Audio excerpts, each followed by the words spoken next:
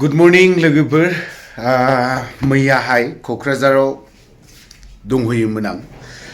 दंहैयोमोन माने गुबुन मोनसे लटारि फाननो होननानै थांदोंमोन हैदोंबो मैया 150थासो जोबदों जोबनाया बिदिनो बिनि न'आव हाबनानै टटेलि सासे मानसियानो 50 पिस लादों आरो जायफ्रा लानो गोसो बुक खालामहरनो हासिगोन एभेलेबल ओरैहाय सोमदोन बरगयारिनावबो दं ओमफ्राय देरहासार इस्लारिनावबो दं बिसोर साननाव कन्टेक्ट खालामबानो मोनगोन आरो बिथांमोननाव नाम्बार होखानाय दङ आवगोलनिफ्राय होना दोननाय दङ नाम्बार बेयाव कल खालामबानो मोनगोन लटारिखौ ओमफ्राय दा बाथ्राया जाहैबाय मैया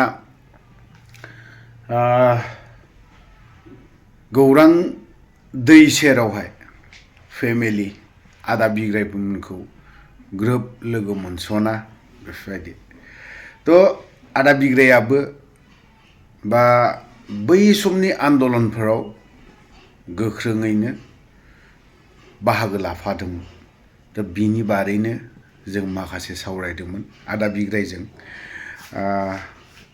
खोनासंनानै लाग्रोनि आरो बबे समनिफ्रायनो बियो मेथाइखौ जागायजेनामोन मेथाइ खनग्रा थ' सानसे समाव गेजेर ससेयाव आदाया बेमारजों गोग्लैसोनानै दंमोन बावहाय सोरनि अननायाव बेफोरबायदि बे अबस्थायाव सफैदों खुलुमबाय नोंथांमोननि गासै चेनेलनि नोंथांमोनखौ आसलते थांनायाथ' आंखौ बर' रायजो राजायानो फोथांफिनदों जेरैहाय बै समाव दुलाराय बर' फरायसा आफादनि सोमावसारनाय दङमोन बेवहाय गासै दैदेनगिरिफ्रानो मा आफाद दङमोन बे आफादनिफ्राय फैनानै आंखौ खबर लाफैदों आरो बिसोर जाय जेरै हागौ लिडारफ्रा दैदेनगिरिफ्रा आंखौ हेफाजाब सहाय होदों बे आरोखि बिसिनि अननायावनो आं मेनलि थांनानै थादों आरो सारा माब्लानिफ्राय मेथाइ खननायखौ जागायजेनामोन आरो गोबां मानसिफ्रा मोनथिनो लुबैयो सारा बिनि सायाव मा फोरमायगोन आंथ' खनबोजेननाया उन्दैनिफ्रायनो खननाय जादों जेनेबा हमनानै लादो आं हाइ स्कुलाव जेब्ला एमइ स्कुल क्लास 7 मोनोमोन बिनिफ्रायनो आं स्कुल उइकआव बाहागो लाबोबाय थादों खुगा मेथाइ खनै आं फार्स्ट प्राइज मोनबोबाय थायोमोन आरोना बेनि उनावहाय फैयै आंहाबो गोसोआ आपग्रेड जाबोबाय फैनानै थिग बे समावनो माखासे गेप थानायनि उनाव आं जेब्ला HS फाइनाल खेबसे फेल जाखाङो बे समाव दुलाराय बर' फरायसा आफादनि सोमावसारनाय जाबाय आरो बिदिनो रेल रक' हाइवे रक' बेयाव आङो बे बिजनियाव जों हाइवे रक' आरो रेल रक'आव फैयो बे समाव जिरायनाय समाव आं हा गुनगुनायबाय थायोमोन बेखौ थिग बे समाव फुंखा महिलारि बिथाङा आंखौ फल' खालामगासिनो दंखायो आरो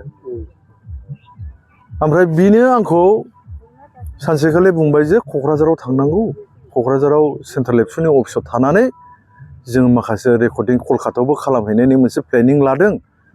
गतिके बेयाव थांदिनि थुदो होननानै लानानै फैदों आरोखि बे समाव सिम्बुरगावआवमोन सेन्ट्रेल एबसुनि अफिसा बेनिफ्रायनो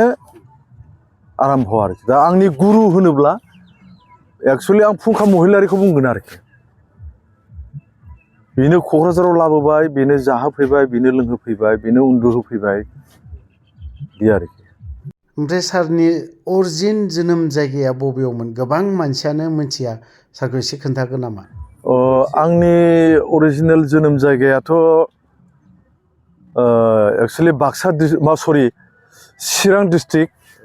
चिरां डिस्ट्रिक्टनि बिजनि फानबारि भाट'फारा बेखौ जों बर'फ्रा बाथ'फारा माने मोनबा गामि लोगो नांनानै मोनसे जादों आरो बाथ'फारा बेयाव आरोखि आंनि मेन जोनोम जायगाया आन्दलनफोरावबो गोबां मेथाइ खनो आदाया आन्दलनावथ' आङो स्टार्टिंनिफ्रायनो रोजाबबोनाय जादों बायदि रोखोमनि मेथाइ बे सोमावसारनायनि मेथाइ अनेक रोजाबबोदों जेरैहाय दा जायखौ आङो जेरावखि थाङा बाक्सा आरो उदालगुरियाव